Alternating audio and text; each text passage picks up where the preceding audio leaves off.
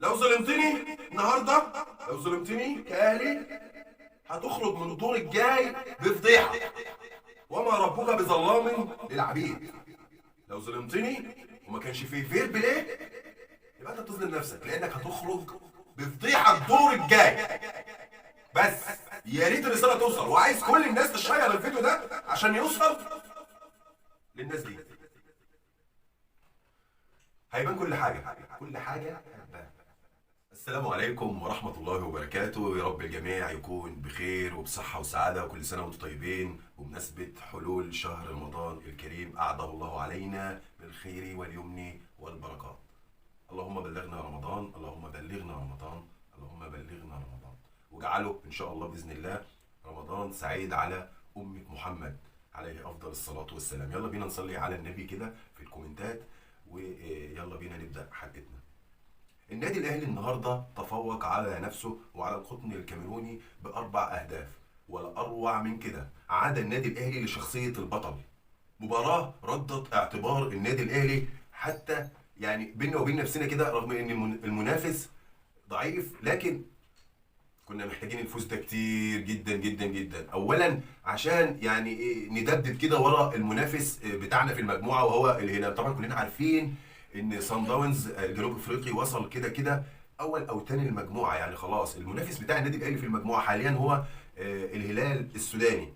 فاحنا مكسبنا ده يعني بندبدب كده وراه، بحيث ان احنا نضغط عليه. فبكره ان شاء الله او النهارده باذن الله، باعتبار ان حضرتك بتشوفني النهارده في الفيديو، النهارده باذن الله يقدر كده فريق صن داونز يعمل نتيجه ايجابيه مع الهلال السوداني، ويدي فرصه للنادي الاهلي في الجوله النهائيه ان هو يصعد بالمجموعه. وصل بينا الحال يا جماعه باننا نستنى حد تاني يكسب لنا او يلعب لنا عشان احنا نوصل، واحنا اللي عملنا كده في نفسنا. خلينا ما نخرجش عن الموضوع، خلاص اللي فات مات واللي حصل حصل. وخلينا دلوقتي في فرحه مباراه القطن الكاميروني. كان النادي الاهلي وجماهيره محتاجاها جدا جدا جدا، وعلى قد حزني على قد فرحتي بان النادي الاهلي يعني امله لسه باقي وفاز او عاد من بعيد بفوز رائع جدا على القطن الكاميروني، وفرصه بقائه او فرصه بقاء صعوده في المجموعه ما زالت قائمه حتى الخامسه، حتى الساعه الخامسه النهارده باذن الله من بعد العصر كده هنعرف اذا كان الاهلي لسه له امل ولا خلاص الدنيا وقفت، ووصل الهلال السوداني وصن داونز اول وتاني المجموعه. على قد حزني بخروج نادي الزمالك، كم انا حزين فعلا بجد على خروج نادي الزمالك. انا يعني يا جماعه مشكلتي ان انا مش بكره نادي الزمالك. واحد ممكن يتفرج عليا ويقول يا عم انت مالك ومال الزمالك يا عم، ما يحصل لهم يخرجوا ولا ما يخرجوش يا عم. يا عم في حاجه، مشكلتي مشكله بسيطه جدا يا جماعه. انا مصري، انا مصري، انا مصري. انت عايز تعلمني حاجه؟ يعني هو انت ما بتعلمنيش ازاي اطبخ باميه او اطبخ او اعمل صينيه بطاطس. انت عايز تعلمني الكوره. انا ما بكرهش نادي الزمالك. عايزيننا نمنع التعصب، ننبذ التعصب. خليك في نفسك. انت اهلي وزمالك كنت بتنايم افريقيا كلها من المغرب. عايزين نعمل كده تاني، عايزين نرجع كده تاني، نرجع اسياد القاره. ما تخليش الهلال السوداني مين والمريخ، مع احترامي لكل الانديه، ولا صن داونز دي مين، ولا الترجي، ولا تونس، ولا كل الفرق دي على عيني وعلى راسي من فوق. لكن الاهلي والزمالك اسياد القاره يا جماعه، اسياد القاره. ما انتش هتقنعني ان انا هفرح ان نادي الزمالك خرج. لا، انا حزين، حزين على خروج نادي الزمالك. على قد ما فرحت ان النادي الاهلي كسب القطن 4-0 ويعني لا زال الامل قائم في المجموعه، على قد ما حزنت ان نادي الزمالك خرج من دوري المجموعات. حزنت بجد. طبعا الاهلاويه في ناس بتتضايق من كلامي ده، انت حر يا عم، اتضايق او ما تتضايقش، او اطلع من قناتي او اطلع من صفحتي، او يعني براحتك، براحتك. انا زعلت على خروج نادي الزمالك مع ان انا اهلاوي. عايزين ننبذ التعصب يا جماعه. عايزين يعني احنا لما كنا بنتفرج على كاس العالم، تقدر تقول لي حضرتك كنت بتشجع مين في كاس العالم؟ احنا كنا كلنا بنشجع المغاربه يا جماعه، مع احترامي يعني، مع ان انا يعني انا بحب شعب المغرب جدا جدا ودوله المغرب جدا، وهم كمان بيحبونا. يعني احنا لما نشجع المغرب في كاس العالم وتيجي تشوف ابن بلدك المصري وما تشجعوش او تفرح بانه خرج، يبقى دي مشكله، عندك مشكله والله جد والله. يبقى انت عندك مشكله، يبقى انت عندك مشكله. هتيجي تقول لي في زملكاويه حصل في زملكاويه فعلا بتحب ان النادي الاهلي يخسر وبتحفل علينا. في الخساره وحفلت علينا في ماتش سان داونز وكل حاجه. احنا عايزين بقى يعني نرتقي بالتفكير شويه ونعلو ونسمو كده ونكبر ونحب الخير لبعض. وخلينا بقى احنا بينا وبين بعض التنافسيه في قلب البلد جوه هنا بقى حاجه تانية. انا بقى الملح والدقه والشطه وكل حاجه زي ما انتوا عايزين تعملوا اعملوا، لكن خارجيا ما تبقاش انت والغريب على ابن عمك. ما ينفعش، ما ينفعش تكون انت والغريب على ابن عمك. انت ما تعكسش بقى المثل ده. المثل بيقول واللي قبلنا قالوا، اللي قبلنا قالوا انا واخويا على ابن عمي وانا وابن عمي على الغريب. فانت واخوك اخوك، يعني الزمالك يعتبر اخوك، الزمالك يعتبر اخوك. هتبقى انت والغريب على اخوك، يبقى انت عندك مشكله. مشكله، قضيه خطيره جدا يا جماعه، بجد قضيه خطيره جدا جدا جدا. انا حزين على خروج نادي الزمالك النهارده امام شباب بلوزداد، حزين جدا. وكنت اتمنى ان نادي الزمالك يصعد تاني المجموعه او اول المجموعه، مفيش مشكله خالص. كنت اتمنى لو كان الزمالك كسب النهارده كان يعني ممكن نقول 80% وصل او عدى من دوري المجموعات ووصل للدور الجاي. والاهلي ان شاء الله باذن الله يحصل تعثر للهلال السوداني النهارده باذن الله باي نتيجه، تعادل او هزيمه، والنادي الاهلي يبقى برضه حظوظه نسبه حظوظه 70 80% بانه يتخطى الهلال ويكسب الهلال في مصر، ويبقى الاهلي والزمالك وصلوا. كنت اتمنى ده يحصل، كنت اتمنى ده يحصل، والاهلي والزمالك يلعبوا بعض في النهائي. يا سلام يا سلام، حاجه بقى روعه، حاجه روعه. ونرجع تاني ملوك القاره زي 2020، نرجع تاني ملوك القاره والقاره كلها تقعد تتفرج علينا واحنا بنلعب النهائي. شايف المتعه والروعه والجمال؟ متخيل المنظر؟ تيجي تقول لي يا عم الزمالك خرج ما يخرج؟ لا لا حزين، لا حزين.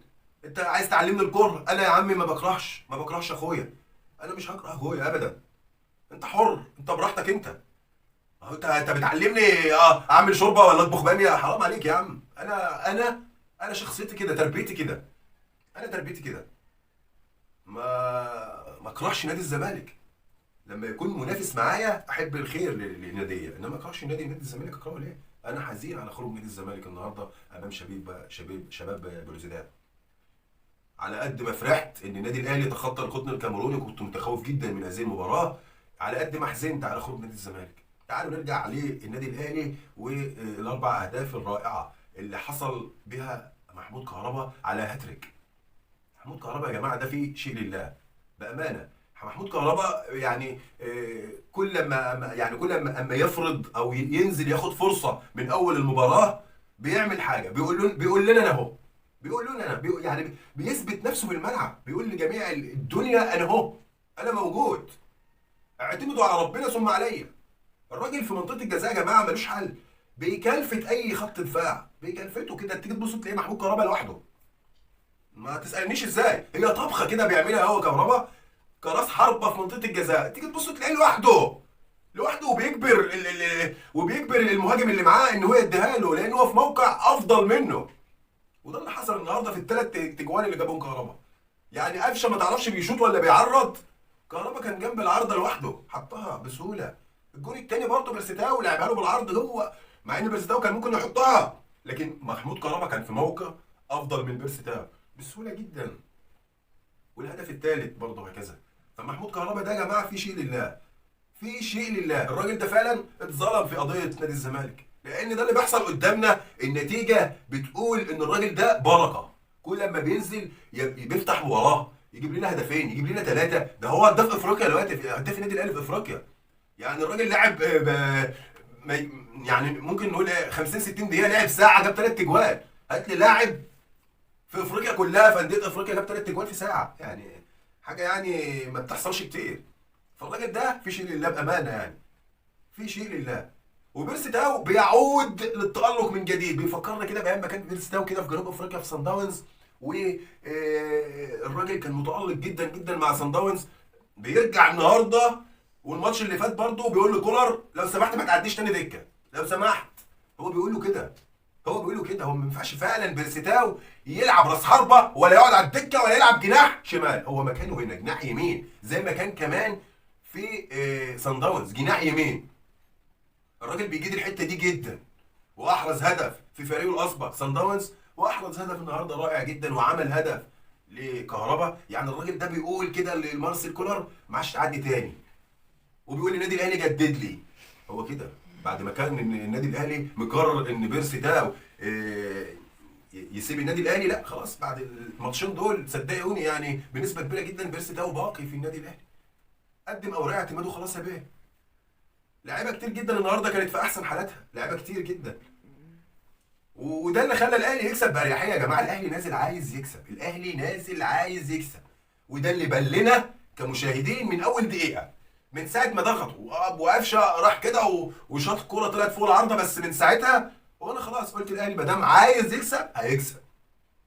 مفيش، يا دوبك صلات المغرب وطلعت اتلاتة 2-0، سحر اتنين كلام كده على طول.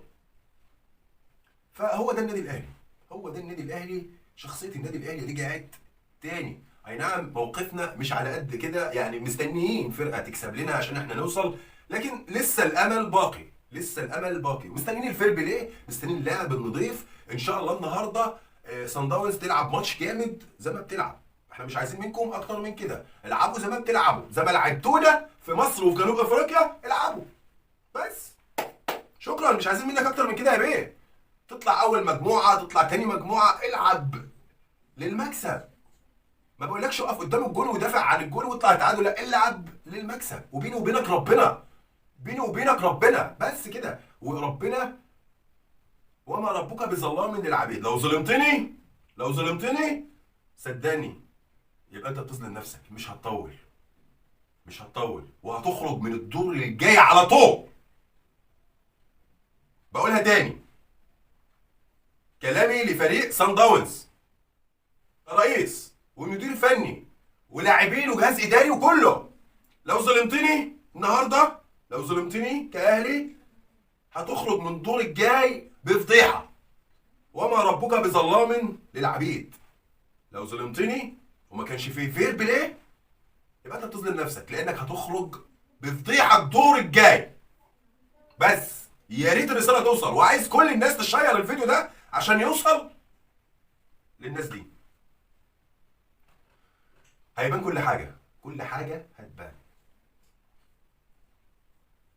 ان شاء الله باذن الله. القادم افضل، ويا ريت ويا ريت لعيبه النادي الاهلي ما تحطناش في الموقف ده مره تانية، ونكسب، نكسب ونوصل بمجهودنا احنا. ما نستناش حد يكسب لنا او يلعب لنا او يتعادل لنا، او الكلام الفارغ اللي احنا ما بنحبش نقوله ده ولا نسمعه ولا نتفرج عليه.